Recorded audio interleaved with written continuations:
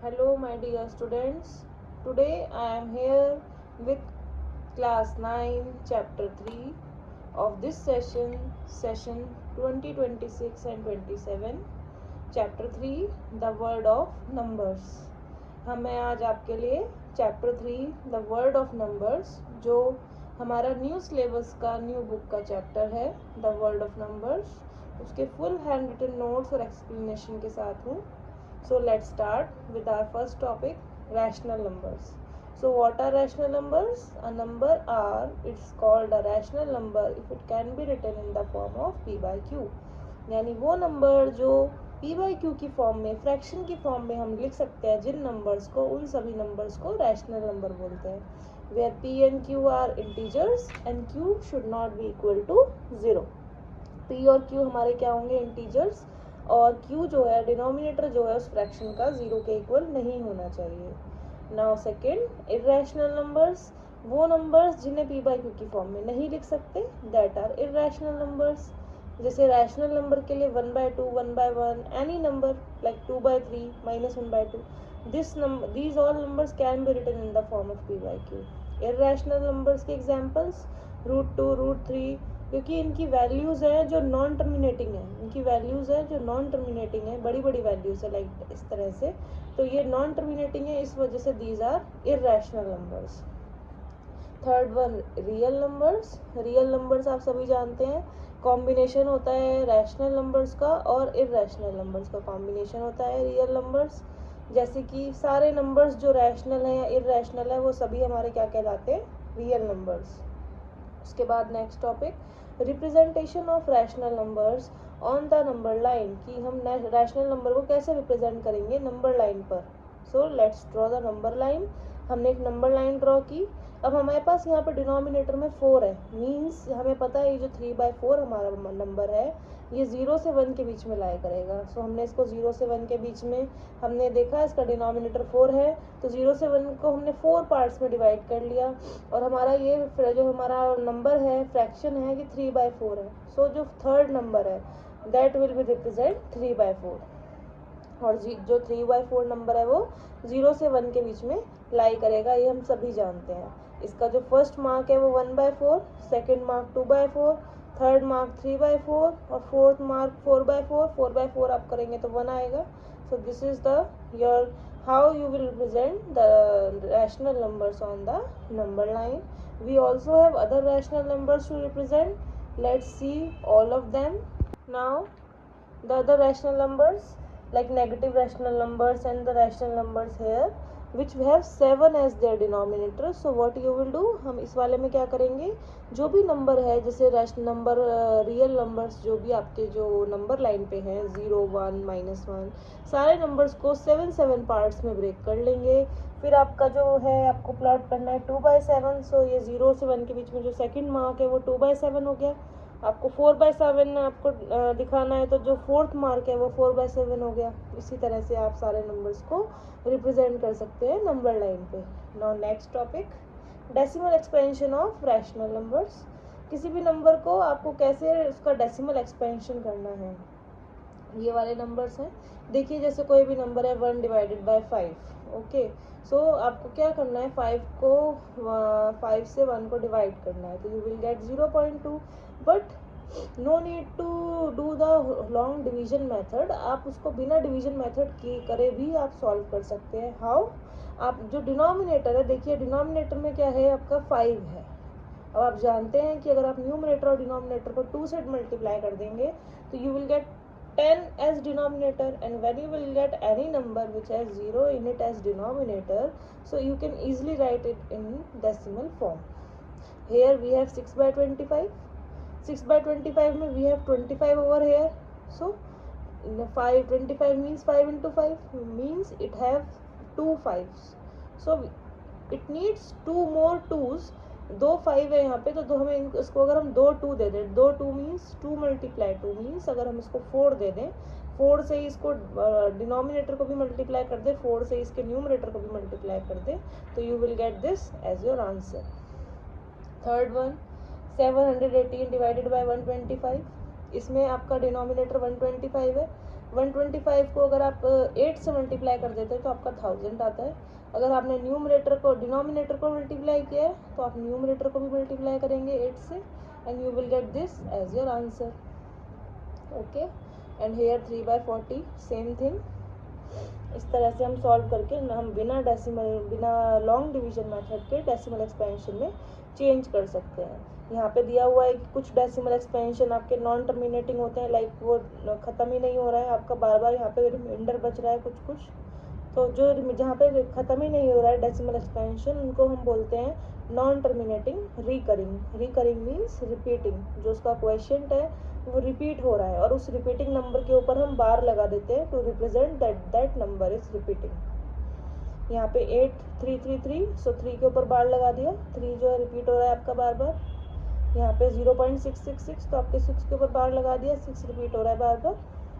Now this is the property of natural numbers की, तो sum of two natural number is always a natural number, but the difference of two natural number is not always a natural number.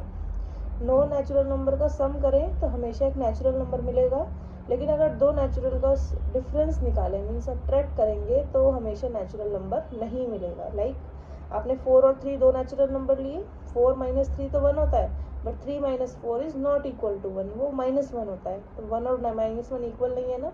So it means कि this property is the property of addition holds for natural number, but the property of subtraction does not hold for natural numbers. Now next topic is just like as a revision for you. अगला topic just एक आपके revision के लिए है, क्योंकि इसमें देखिए जो चीज़ें हैं ये आप पहले पढ़ चुके हैं कि किसी भी नंबर में 0 ऐड करें तो you will get the same number, किसी भी नंबर से 0 सब्ट्रैक्ट करें तो you will get the same number, किसी भी नंबर में 0 मल्टीप्लाई करें तो यू विल गेट 0। ये आप सभी जानते हैं, आपने पहले पढ़ भी रखा है। पीछे जो हमने डेसिमल एक्सपेंशन किया है उसके कंक्लूजन में क्या है कि रैशनल नंबर्स जिसके डिनोमिनेटर 2 × 5 की फॉर्म में है, जो भी फ्रैक्शंस हैं उनके डिनोमिनेटर अगर आप फैक्टर करते हैं और उनके फैक्टर 2 या 5 की पावर में आते हैं, तो वो वाले जो डेसिमल एक्सपेंशन है always a terminating decimal expansion. उस तरह के डेसिमल एक्सपेंशन हमेशा एक टर्मिनेटिंग डेसिमल एक्सपेंशन होते हैं। तो decimal expansion of a rational number का डेसिमल एक्सपेंशन या तो टर्मिनेटिंग होगा या नॉन टर्मिनेटिंग रिकरिंग होगा। तो decimal expansion of a rational number is either terminating or non terminating recurring, and the decimal expansion of an irrational number is non terminating non recurring. और जो irrational number होता है उसका decimal expansion है वो non terminating है और non recurring. ये क्वेश्चंस हैं आपके न्यू बुक में, जो एक तरह से आपका रिवीजन है, जो आप पहले पढ़ चुके हैं, जो आपको आता है, इससे आप सारे क्वेश्चन सॉल्व करेंगे तो इजीली रिवाइज हो जाएंगे। जो आपके ऑपरेशन हैं अलजेब्रा के, like divide, plus, multiply, divide and addition, subtraction. Fractions में सम कैसे करते हैं, फ्रैक्शन में डिफरेंस कैसे फाइंड आउट करते हैं, इसी तरह से फ्रैक्शन में प्रोडक्ट और फ्रैक्शन में डिवीजन, ये 4 चीज़ें हैं। ये आपको उसमें क्वेश्चंस दिए हुए हैं और ये क्वेश्चंस आप बहुत ही इजीली आप कर सकते हैं, आपने किए हुए हैं। ये आपको जस्ट एक रिवीजन के तौर पे दिए गए हैं। अब जानते हैं कि अगर डिवाइड हो सिंबल तो आपका क्या करते हैं, उसको मल्टीप्लाई में चेंज करके राइट हैंड साइड वाले फ्रैक्शन को रेसिप्रोकल कर देते हैं, and then you will solve. Simplify वाले क्वेश्चंस हैं जिसमें आप सॉल्व कर सकते हैं इजीली एलसीएम लेके चीज़ों का। उसके बाद इस तरह के क्वेश्चंस हैं, इसमें again you have to take the LCM and find the value of x, and at the last you will get the value of x is 9/2। Absolute value, you know the absolute value of any number will be always greater than equal to 0। अगर आप कोई negative number भी लेते हैं तो उसकी absolute value will always be greater than equal to 0। Negative value भी हमेशा क्या पॉजिटिव हो जाती है एब्सोल्यूट वैल्यू लगाती है। उसमें अगर हम मॉडुलस बोलते हैं इसको, मॉड एक्स, इसको अगर हम कोई भी नंबर को मॉड्स लगा देते हैं तो वो नंबर हमेशा पॉजिटिव नंबर देता है। पॉजिटिव नंबर पॉजिटिव ही रहता है, नेगेटिव नंबर भी पॉजिटिव हो सकता है, हो जाता है। तो आप क्या कह सकते हैं कि जो एब्सोल्यूट वैल्यू होती है वो हमेशा नॉन नेगेटिव होती है, मीन्स ऑलवेज ग्रेटर देन या इक्वल टू 0 होती है, कभी भी नेगेटिव नहीं हो सकती। उसके बाद हमारा नेक्स्ट टॉपिक है प्रूफ ऑफ इररेशनलिटी ऑफ √2 एंड √3। √2 और √3 का प्रूफ है। तो पहले हमने प्रूफ किया है √2 इज एन इररेशनल नंबर। ये आपका एक क्लास 10th का टॉपिक है जो अब आपका इस साल क्लास 9th में ऐड हो गया है।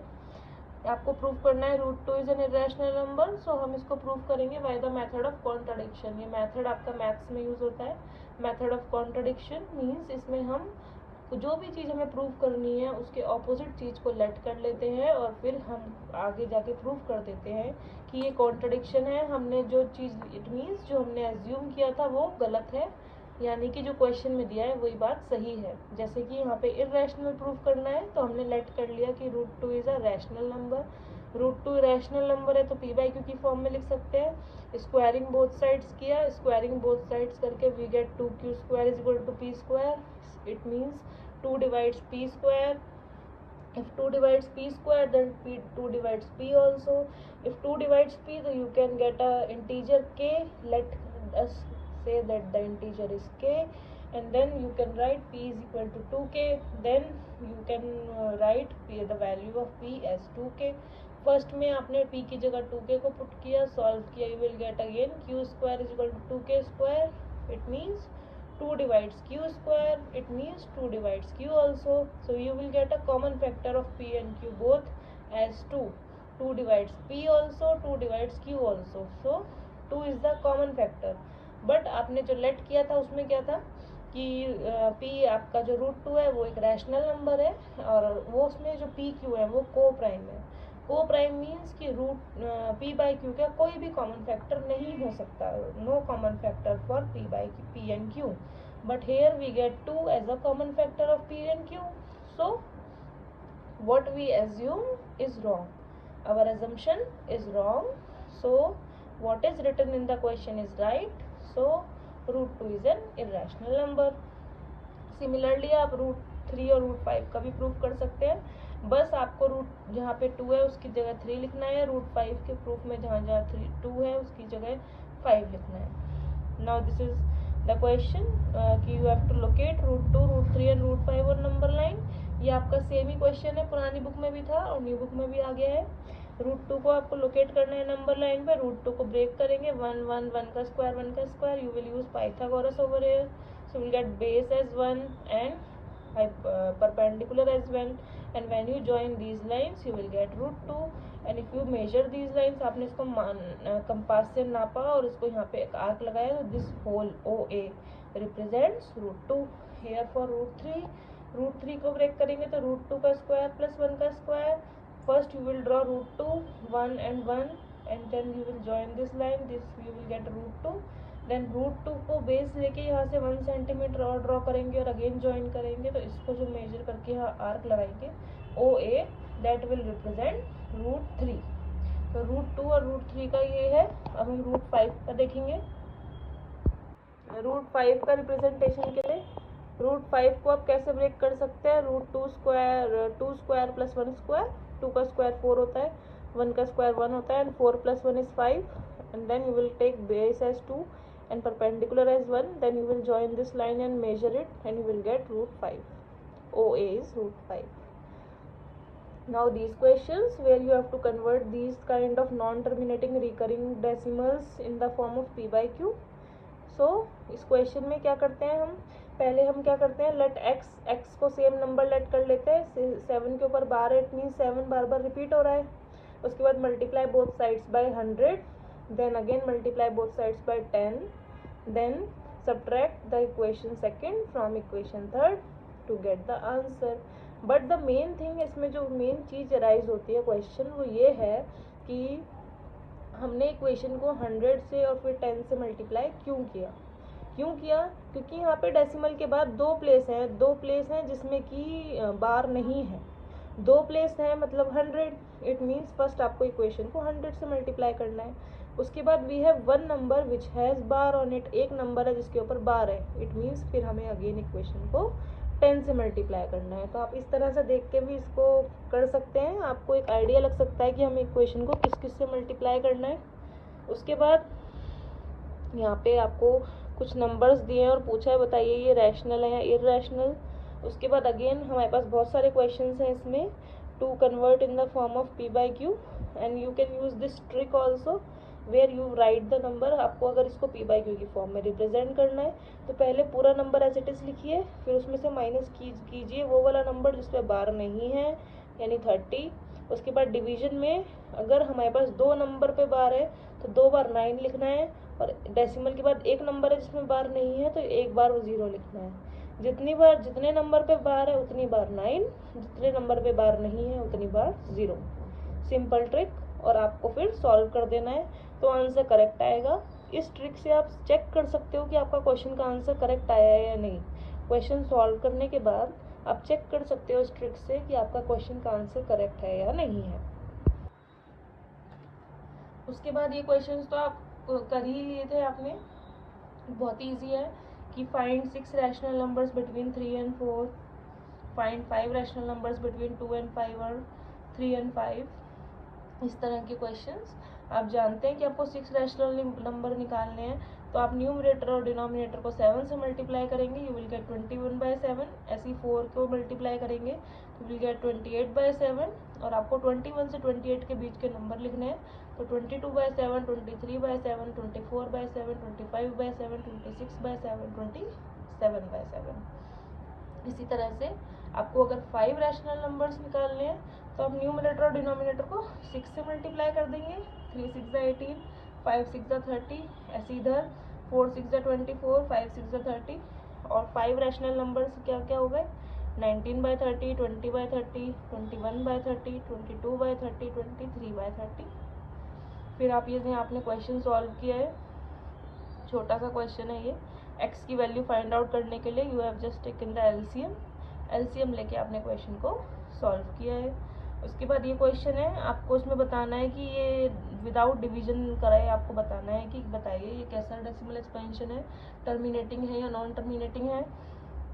तो यहाँ पे 18/125 है, 125 को आपने 1000 में कन्वर्ट किया बाय मल्टीप्लाइंग इट बाय 8। आपने नीचे डिनोमिनेटर को मल्टीप्लाई किया है तो न्यूमरेटर को भी करना चाहिए। आपने सॉल्व करके देखा कि आपका जो डेसिमल एक्सपेंशन है वो टर्मिनेटिंग है, और इसलिए भी ये टर्मिनेटिंग है क्योंकि आप देखेंगे 125 है इसके डिनोमिनेटर में, यानी इसका जो फैक्टर्स हैं उसमें 5 है। तो जब भी किसी भी फ्रैक्शन के डिनोमिनेटर के फैक्टर्स 5 या 2 और 5 का कॉम्बिनेशन होता है तो it will always be a terminating decimal expansion, ये जैसा मैंने आपको पीछे भी बताया था।